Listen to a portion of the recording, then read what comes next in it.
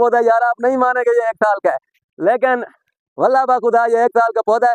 पिछले साल हमने अगस्त में इसको लगाया है। तो अस्सलाम वालेकुम दोस्तों, मेरा नाम उमर नवाज है। दोस्तों, आज मैं आपको बता रहा हूँ कि आम का पौधा कैसे जल्दी ग्रो करता है। तो मैं आपको दिखा रहा हूँ, यह पौधा हमने पिछले साल अगस्त में लगाया था और अब सितंबर है, तकरीबन 1 साल 1 मंथ हो गया है। तो माशाल्लाह इस पौधे की ग्रोथ देखें, क्योंकि ये हमने चावल की फसल में लगाया हुआ है।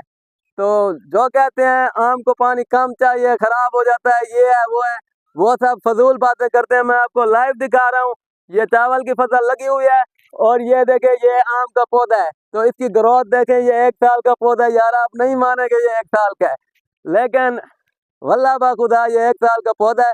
पिछले साल हमने अगस्त में इसको लगाया है। तो इसकी ग्रोथ देख लें, और ये चावल की फसल में लगा हुआ है।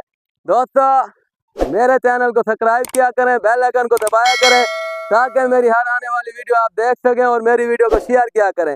ठीक है दोस्तों, अल्लाह हाफिज।